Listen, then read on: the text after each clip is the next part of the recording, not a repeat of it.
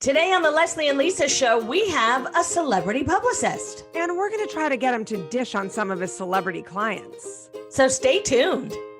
Welcome to the Lesley and Lisa show.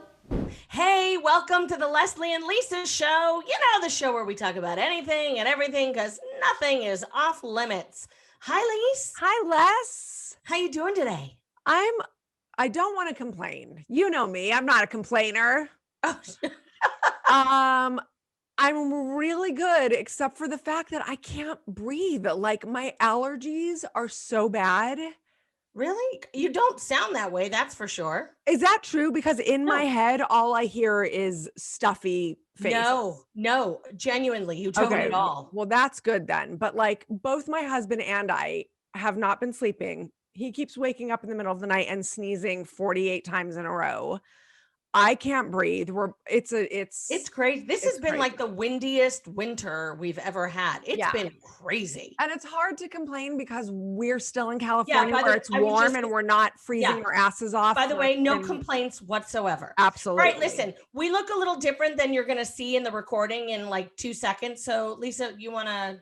Yeah, so we shot this originally at the end of December, and some stuff happened. So we thought, you know what, let's not do the open. We did. Go ahead, Les, you tell them. So our guest today is Jay Schwartz, who we said is a celebrity publicist. And in the recording, he talks about all kinds of stuff, but one of which includes his client, Mary Wilson of the Supremes. And he was talking about how they were about to go on this huge publicity tour for the 60th anniversary of when the Supremes signed with Motown. And unfortunately, a couple of weeks ago, Mary Wilson passed away. And so we just kind of wanted to say a little something. We wanted to give send our condolences to both Jay and Mary Wilson's family. And we hope that you'll enjoy the show, and just wanted to send a little love to Jay's way before we did this. 100%. Beautifully said, Lesley. And with that, we hope you enjoy Jay Schwartz. Hello. Jay Schwartz, put your camera down a little. We can only see your eyes. Oh, that was very exotic, just being able to see his eyes. Hi, Jay. Hello, how are you? Good. How are you? Good. Is this lighting okay? Can you see? You look fantastic. Thank Beautiful. It's the publicist isn't usually the one that has to deal with being on camera. They're just the one that's like, doing all the work behind the scenes going, that doesn't look good. I want you to do better. And my client doesn't look good in that one. So therefore I have to ask you to see what I look like, because Exactly. I don't know. Hi, Jay. Hey, Lesley, how are you? I'm good, honey. How are you? I'm good. You look awesome. Oh, you're nice. I washed my hair. Like, I have roots, but other than that, thanks. Lisa gets so annoyed that I point that kind of stuff out. Whatever. It's okay. It's okay. So Jay, we obviously welcome to our show. Thank you for doing our little Lesley and Lisa ground level show. We love it. Sure. Thank you for inviting me. We want you to tell us fabulous celebrity stories. But Anyway, wait, but before, yes. I want to know, so I like very much when we have behind the scenes people on, because you guys are what makes this entire business tick. But so many people who are not a part of this business don't know what you do. So when they hear publicist, they don't really know what that means. So tell us what a publicist is and why a celebrity or a performer needs you when they already have an agent, a manager, a lawyer, and all this stuff. Why do they also need a publicist? Well, a publicist is a person who puts you out, you, the actor, the musician, the performer, out in the public's eye, who introduces you to the public, to the masses. So a publicist is there to introduce you and get you press, which hopefully will translate into your popularity, which will translate into higher, if it's down between you and somebody else for a particular role and you have some press, you can give a press kit to, your agent or manager can send a press kit to the studio or to the network to say, hey, look at the following that these people have. Look at these articles. Everybody knows who they are, so that they get the network would go, oh, these people, this person has more of a following, which will bring more eyes to our show or to our movie. Right. We're going to hire this person over that person. So obviously you say followers. So how has social media, listen, social media has probably helped you, and it is a huge thorn in your side, I'm sure, at the same time. Yeah. So speak to all the social media. I will, but before I get to that, the other reason you have a publicist is because sometimes if you are, let's say, a rather difficult actor or musician or actress who is getting into trouble, a publicist's job is to keep you out of the public's eye. Or at least clean it up. Right, or at least clean it up and know how to do that. Can I tell you how I would do it, Jay? Sure. And why I'm not a publicist? Okay. I would say something along the lines of, why are you being such an idiot? What am I supposed to do with this? I can't with you. So I'm assuming that's not the right way to go about it. Well, it depends on who you're talking to, honestly, because I've had in my career some rather difficult people. Was Lesley one of them? No, Lesley was not one of them. Oh, okay. But that was probably a pain in the ass in other ways. These were, one I could think of, well, two of them were high-profile film stars. One of them was, she was just an older actress who, a huge star in her day, and she was just used to doing what she wanted to do because she grew up in the studio system. She was a diva. Yes, but I don't think she knew she was a diva because that's just what it was, in the 40s and 50s when you're in the studio system, and the studio system did everything for you to then not have that in place and you have to do it yourself. It was a very big adjustment. The other person who was a big action star, that was, I had to sit down and have a conversation with at this particular time. I had worked with this actor. I stopped working with him, and then they came back to me and said, can you help me again?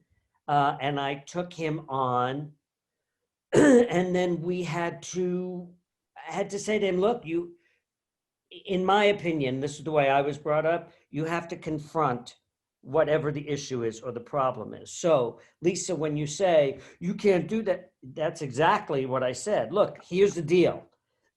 We're going to do one print, we're going to do one television, and you're going to come clean on everything. Because once you come clean and you apologize and you say, mea culpa, I did this, but I deserve a second chance. Nobody else in the press or the media or the public can say, oh, well, he's a whatever. An asshole. Say, oh, he took responsibility. And that's how I was able to turn that around. Okay. But once in the middle of the tour that we were doing, started up his garbage again, right after the tour, I said, can't do this again. And I split. Wow. So crazy. I honestly don't know how you do it, but let me ask you something. Okay. So I definitely, why don't we address social media then? Okay. But I have another question about, the important, the necessity of a publicist, because you really can. I mean, I don't know if it's different today, but a publicist can really sort of make someone. Like, you can just be sort of an actor, your fifth or sixth or whatever on the call sheet, and then a publicist can help really create and mold and make you a star. Yeah. Because publicity is really everything. Right. I remember back in the day, sometimes, they say it's bad publicity, good publicity, bad publicity nonetheless. Still, right. You got to know how to twist and turn everything. But But let's get back to social media really quickly. Sorry. Okay, I hate the thing with, oh, the more followers you have, the more popular. I don't believe in that.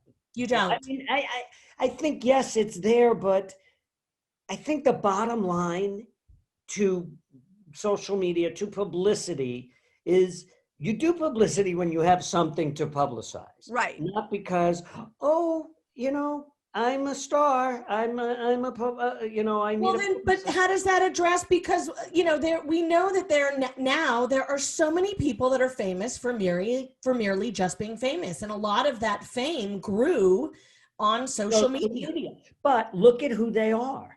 Yeah. Look at who they are. What? That's no pun intended, fame. That's not going to give you a career. That'll last for, you know, a hot minute. I mean, it's given some a good career. I can think of a few. Yes, but how long is it going to go? I mean, if you really look at a career, Right. yes, how long is that going to go? This is why we also need to interview a celebrity stockbroker. Because that's really the time. Invest their money. Yeah.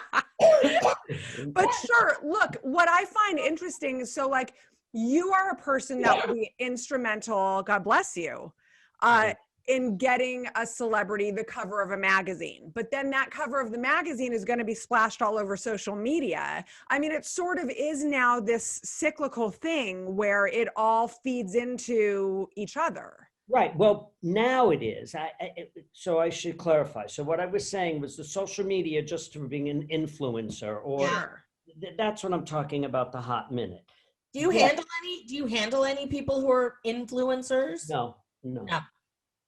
But so if I have somebody on the cover of a magazine, yes, that's going to be all over social media because the magazine in itself puts it all out there, and then we put it all out there. So yes, Lisa, that answers that question that you just said. That's working hand in hand. But now more magazines. Who gets magazines anymore? And I think this is terrible because I have, you know, People magazine here. Yeah, I was just saying it's sad. I like to have reading this stuff online. Right. I like to turn the pages So and read, you know, same as a book. Yeah. I like to have the hardcover book. Or a newspaper. Yeah. Right. But again, I think that's just, you know, how I was brought up and what I'm used to. I think that goes hand in hand now, you know, if it's coming from the magazine. But if you're talking longevity in a career, you do want to be taken seriously. You don't want to be I can't think of this kid's name, but the social media guy who got thrown off of all the platforms because he went into the Jake Paul. Not Jake Paul. Yes. The other Jared one. Paul. No. Yes.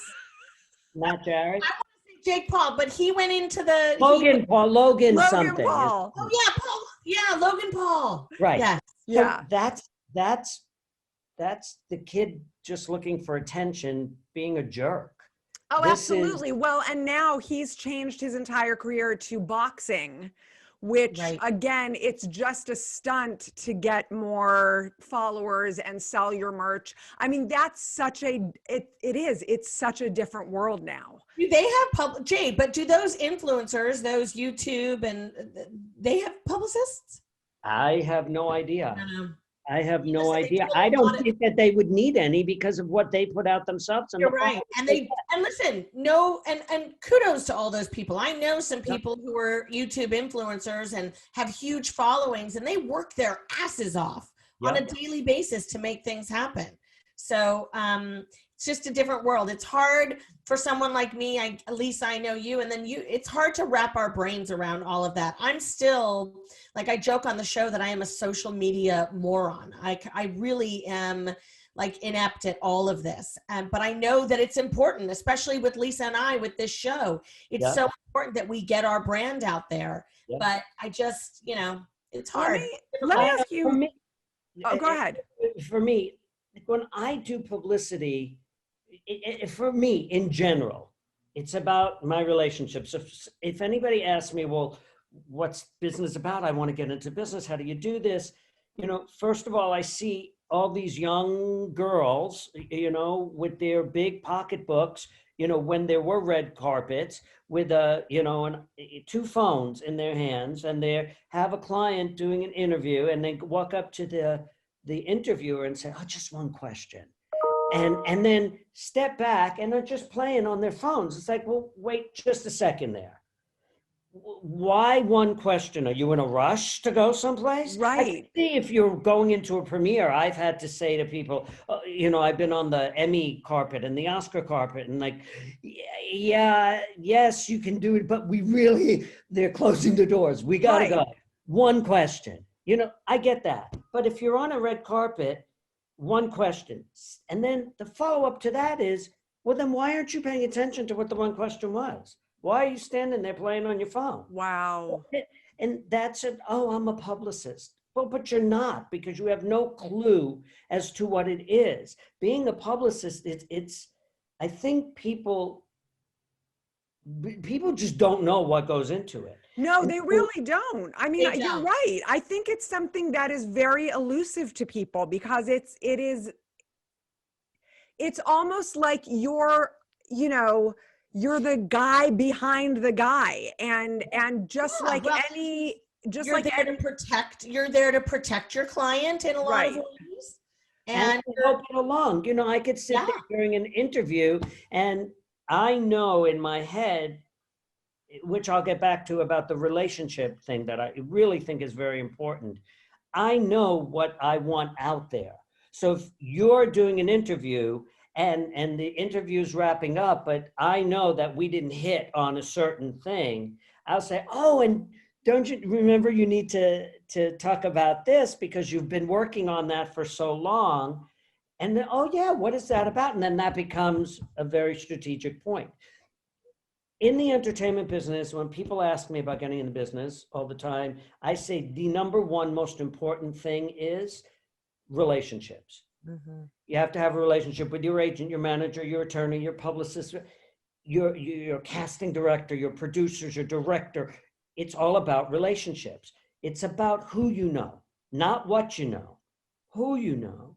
You better have the what in your back pocket for later, but who's going to get you in the door? How is that going to happen? And I believe that's in every business, but I believe the entertainment business more so than any other, because I can get anybody on the phone in this business, which sometimes shocks the hell out of me. It's like, how do you know who I am?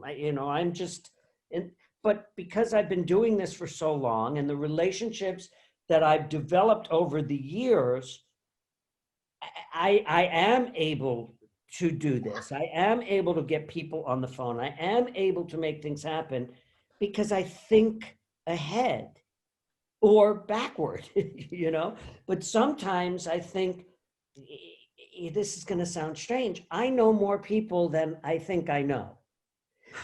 Just because that's not me. I don't walk around saying, oh, you know who I am, etc. Right.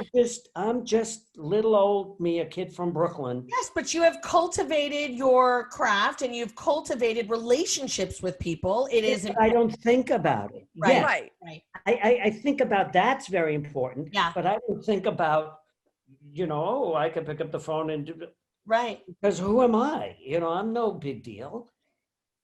But that's how I think, What's interesting to me, what's interesting, and Lesley and I have had this conversation many times, is my biggest downfall in this industry is I am not good at the relationships part. Not that I'm not good at relationships, but I kind of always forget that that's part of the business. And Lesley and I have had this conversation many times where I'll get invited to a party, we're talking years ago, but and I just wouldn't go. Because I'm like, oh my God, I've been shooting all day and I'm just tired and I just want to put on my pajamas and watch TV. And I forget that that's also part of the job, because I don't want that to be part of the job. And I just think it's so interesting that that part is literally your entire job, is cultivating those relationships and keeping them up. And that is exhausting. If you're not the right kind of person, I would think that is exhausting. I mean, is it for you? Yeah, I think I'm two different people. when I'm out there and I'm doing my job, I'm on. And I always, said, if I'm going to play this game, Yeah, win. exactly. I'm going to win. Yeah. That's the way it is. But when I'm out there, I'm up. But when I'm home and I just want to go home and watch TV and I don't want to be on and I don't want to go out to a bar or to what I don't want to. I just want to be by myself. Schmoozing is exhausting. Exhausting. It's exhausting. I've had clients who I'd say, okay, you need to go to this party. I don't want to go to the party. I'm like, you don't have to stay at the party. Just go, meet the editors, get your picture taken, and leave. And I'm fine with that. And all of my clients have always known from me, if I say, I want you to go someplace, they go. Because it's rare that I ever say you have to go and do something. But if I say you have to go and do it, you have to go and do it. And how important is what they're wearing when they go to these places? They can't look like now it's really important. But I mean, do they have to be wearing designer clothes? Like, is that? No, I don't. No? I don't think so. I mean, if you're going to an award show. Yeah. Well, sure. But to a movie premiere, because I also think even if you watch, award shows now on TV, it used to be you get dressed up, you're wearing a tux. I remember when I moved out to LA, I had a tux and the different little bow ties that you put on, and I was going all the time. Now you see people going in like, oh, I'm wearing shorts. Yeah, exactly. And a jacket. I was like, who does that? Jay, has COVID and this whole situation that we're in, has that changed anything, made it more I think it's more difficult in that you can't have the one-on-one relationship. You can't have the one-on-one touching, and not touching, I mean physically. I mean the one-on-one just physically. There's an energy when you're in a room with someone that you can't get here on Zoom. The nuance is lost. Right. Yeah. And also on Zoom, as good as it is, I had a client who was doing an interview with KTLA a week ago, and because they were on the soundstage at Warner Brothers, it just didn't work. So we've now had to reschedule. So this is like the third time now I'm rescheduling. But so it's frustrating in that sense, and you're not getting as you say, the one-on-one, because the energy is not the same. But it's a way to move forward. It's a way to do things. Look, I have a big thing coming up in January, and it's the day after the inauguration. But it's a pretty big deal. It's I represent Mary Wilson from the Supremes, and it's the 60th anniversary of the Supremes, the day they signed to Motown. Oh, wow. I have a ton of press lined up for her, and I also have shows going, what am I saying, vying for, I told Good Morning America that I have an offer from the Today Show, which I do. I don't ever lie to people. Right. But I have a bunch of stuff, and I have no clue how this is all going to turn out. Because it's a lot of stuff coming up. So I'm still able to do press, but it's not the same, very different. The excitement. It's not the, that you can get from it. The only nice thing is that you can wear pajamas on the bottom. That's it. The best part. Lesley, you brought up a really good point when we were talking earlier about, the fact that a performer's career ebbs and flows, which means their need for a publicist, I'm assuming, ebbs and flows. How does that work for you in terms of, are there times where a performer says, I can't pay you for a few months, or we need to chill for a few months, or anything like that? And by the way, total disclosure, Jay, I need to text my son and tell him to stop playing Fortnite because because you're going. Yes. Yeah, but go ahead. Going frozen. But Jay, because I wanted to say, Jay obviously, has some very long-standing clients. I mean, obviously, Mary's been a client for a long time. Scott Bakula has been a client for a long time. Right. He's so hot. Beautiful. Oh, yeah. How about Jaclyn Smith? You want to talk hot? So those have been clients of yours for a very long time in their careers. Obviously, they ebb and flow, like them that they're working like crazy, and then there's an ebb and it's quiet. So how does that translate for you? So my philosophy has always been, you're my client until you're not my client any longer.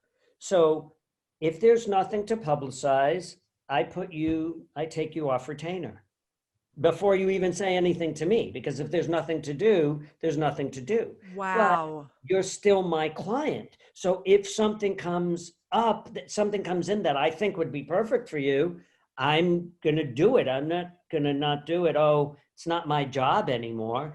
Again, that goes back to relationships. If I have a relationship with you, I have a relationship with you. Whether you're paying me now or not, you'll pay me later. Or it's just like if someone comes to me saying, oh, I can't afford that right now. I can't afford that fee right now.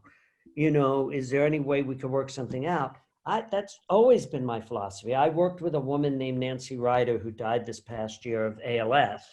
And Nancy was my first partner. And she taught me, like, never let money get in the way. If you want to work with somebody, you work with them, because again, this business is based on relationships. So whether you have a personal relationship, which is what I like to have with each and every one of my clients. If I can't have a relationship with you, I don't really want to work with you. And I never sign contracts, because again, if you don't want to work with me, I probably don't want to work with you. Right. It's really that simple for me. I think the contract that I got, that I finally had to put into play, was 3 lines. It basically said, we're starting publicity on this date at this amount, and if you want to stop, you have to give me 30 days notice. That was my contract. Wow. I'm not interested. Let's shake hands. Huh? And let's shake hands and be done. Right. Yeah. Because, it also reminds me of like the contract that Frankie Valli had with Bob Gaudio, the 2 original, from the 4 seasons. Uh-huh. They never had a contract. Still to this day, they don't have a contract. It was a handshake. The handshake and on the honor system. That's right. So, Jay, can you, as a publicist, let's forget about social media. Can you make someone a celebrity who really is, I don't know.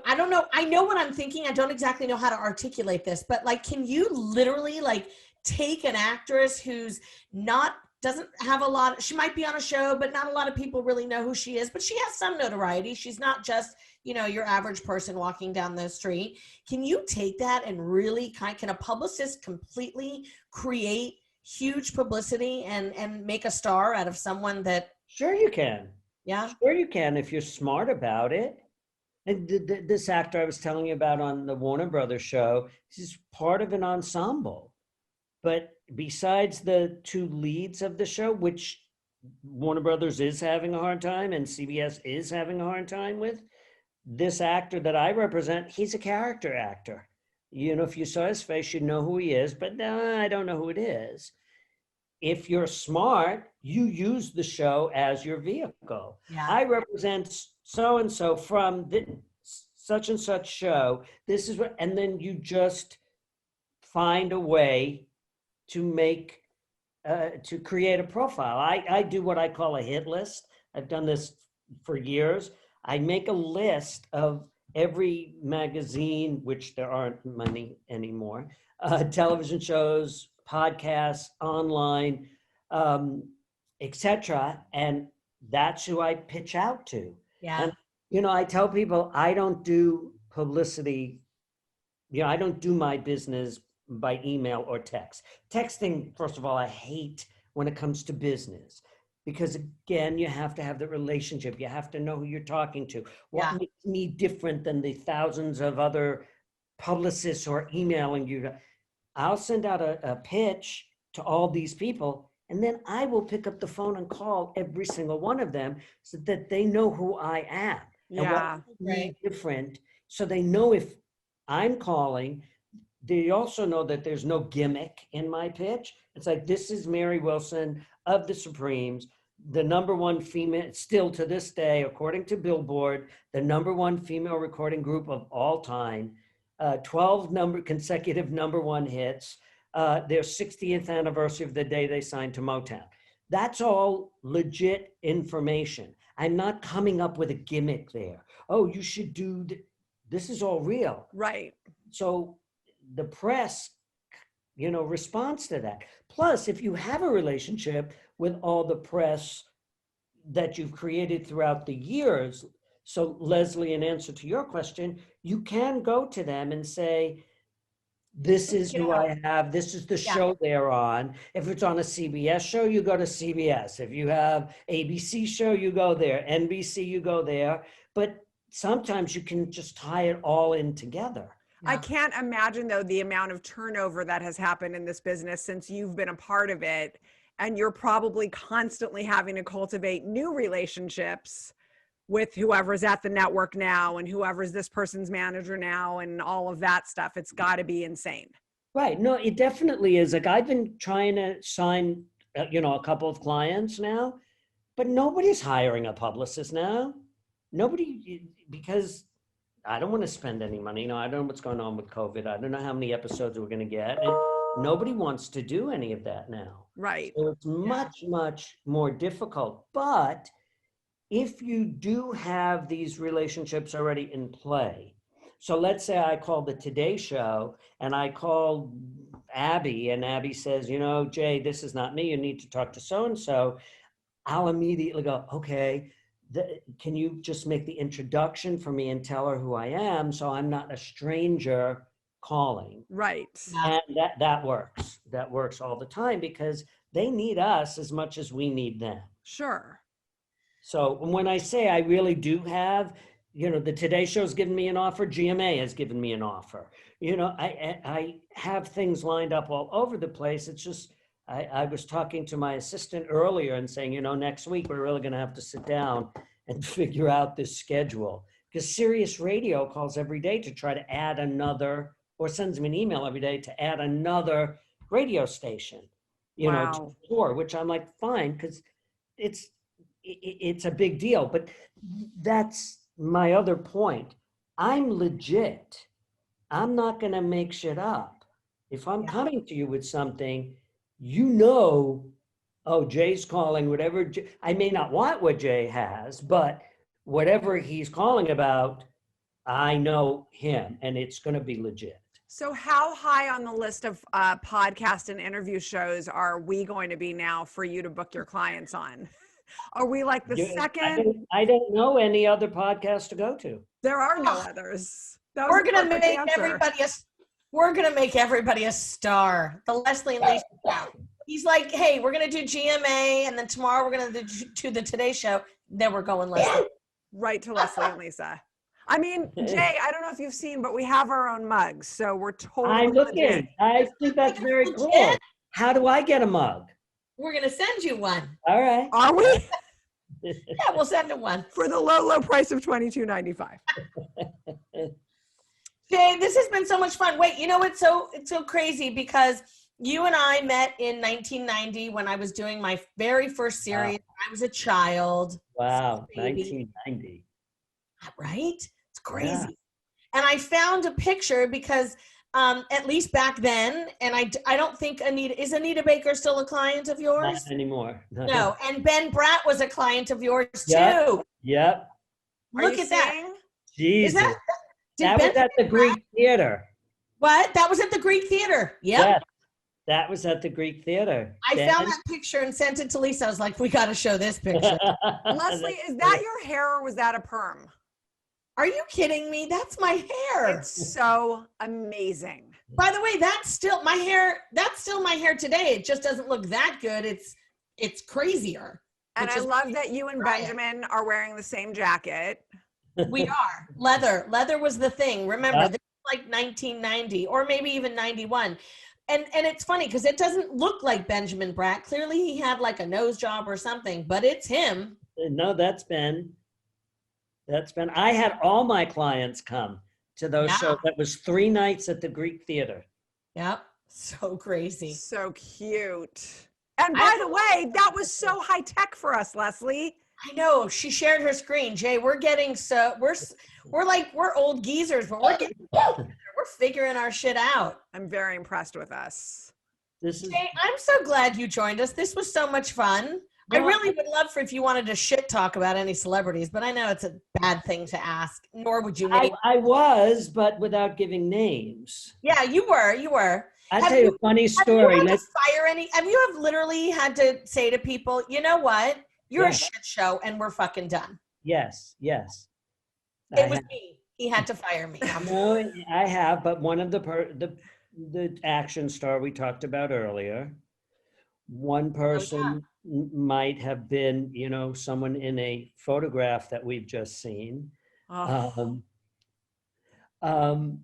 It just, sometimes, and especially as you get older, life's too short. You stay with people and you do things because, they're a big star and, I have to kowtow and take the abuse. I don't have to take the abuse from anyone. No one should have to take abuse. Absolutely. It's not worth it. Life is just way too short. And hopefully, and I can even say for me, I remember when you were my publicist, or even after that, and everything that I experienced when I was younger. I'm such a different person. Obviously, I've grown and I've matured, and what seemed important to me when I was 22 or even in my early 30s is very different than what's important to me now and today. I'm, so hopefully people do grow. And listen, when it's difficult as an actor, when you're thrust into this business and all of a sudden, like, you were no one, and all of a sudden you're thrust in this business and all kinds of things are being thrown at you, and money, and you're traveling, you're on planes traveling and doing, and everybody's sort of seemingly kowtowing to you. It's hard for you not to sort of let some of that get to you and your feet start floating off the ground and you think you are more than you actually are. It's nice to get a little slap in the face and be like, no, you're just you. Right.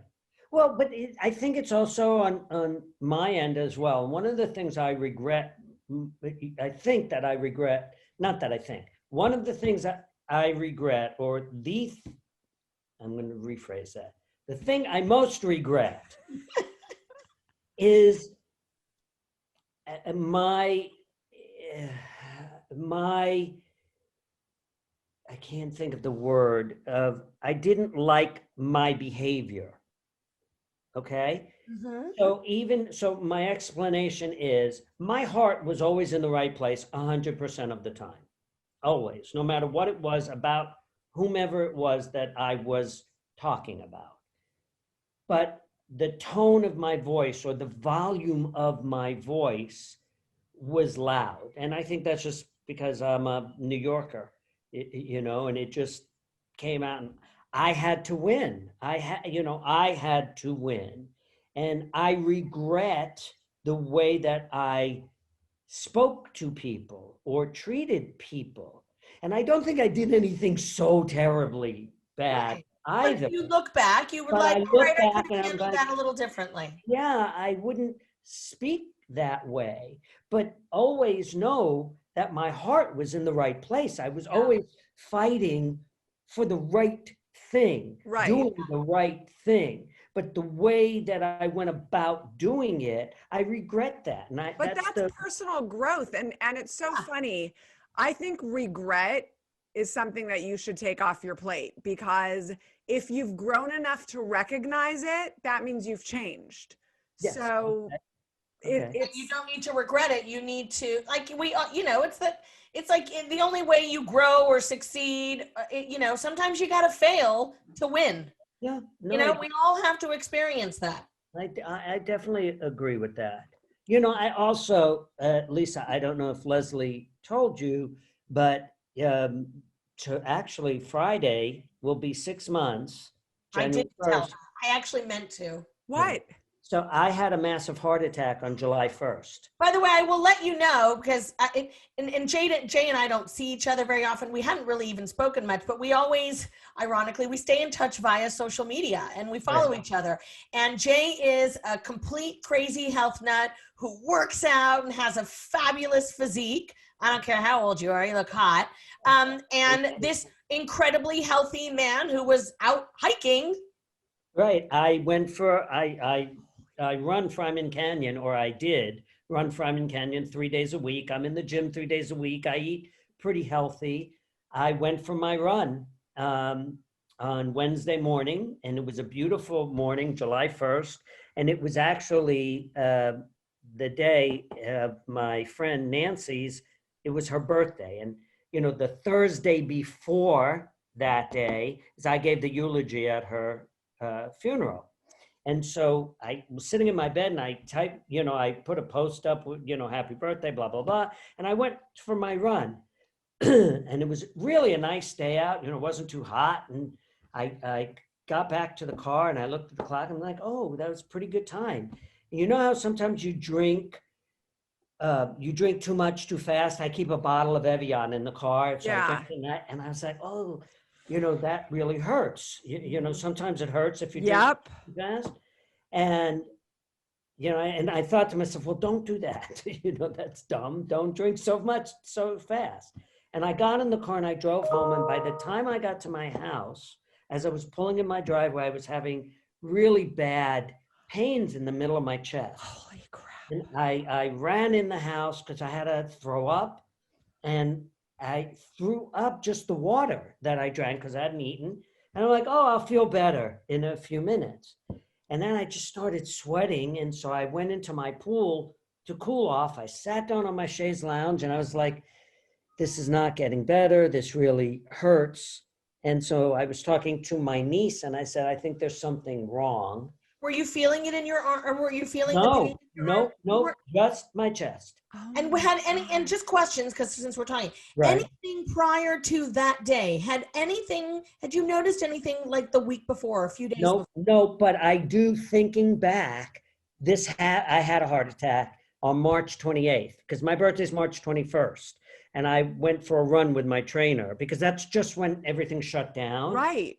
And so he said, let's do it again next week. So we went to do it. And on the way back from the run, I had these same pains. And I jokingly said to him, I think I'm having a heart attack. He said, oh, no, you're not. And just take it easy, catch your breath. And then I walked all the way back. And now cut to July 1st. So I called my neighbor. I didn't even have the wherewithal to call 911. Wow. I called my neighbor and I said, hey, I think I'm having a heart attack. Can you take me to the hospital?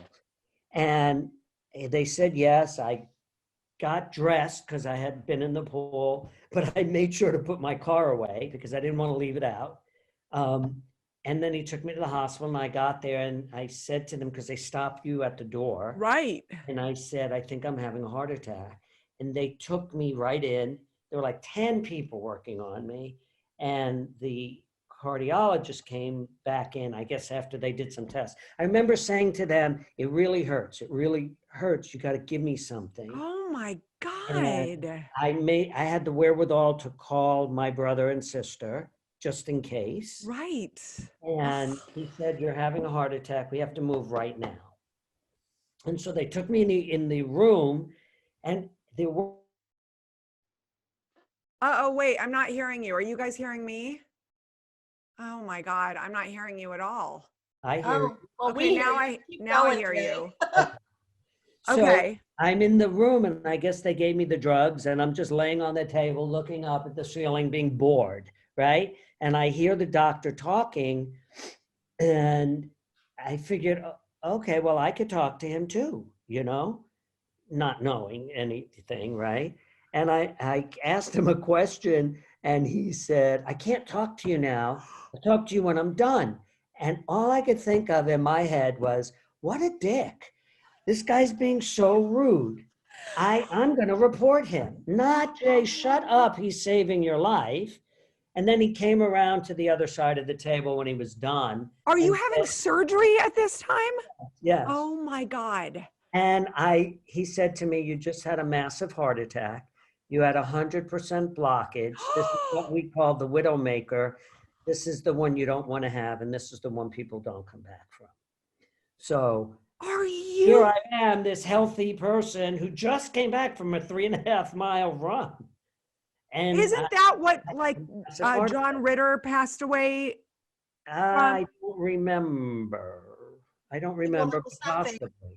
And I think, I don't know. Because I remember hearing it's called the Widowmaker. The But widow, yeah. so you, So thank God. yes, but the point to the story is, what we were saying, you were saying no regrets.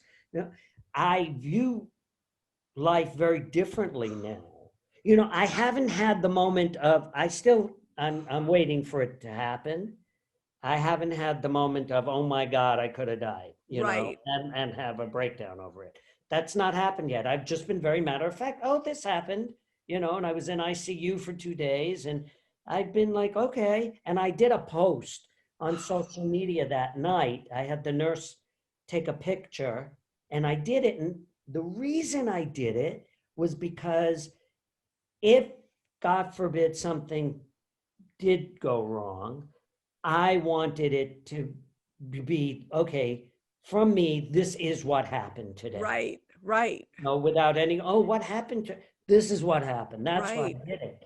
But I view things very differently. So when you're saying don't have regrets, I was like, you know what? I don't have time for people in my life that I don't want to be involved in. I want to reach out and talk to people that I haven't spoken to in forever. I want to live life to the fullest. Yeah. Do what you want to do now. Call the people you haven't spoken to, say, I love you. Just reach out and do that. Because it's maddening to think how quickly your life can completely Like that. change or end. Like that.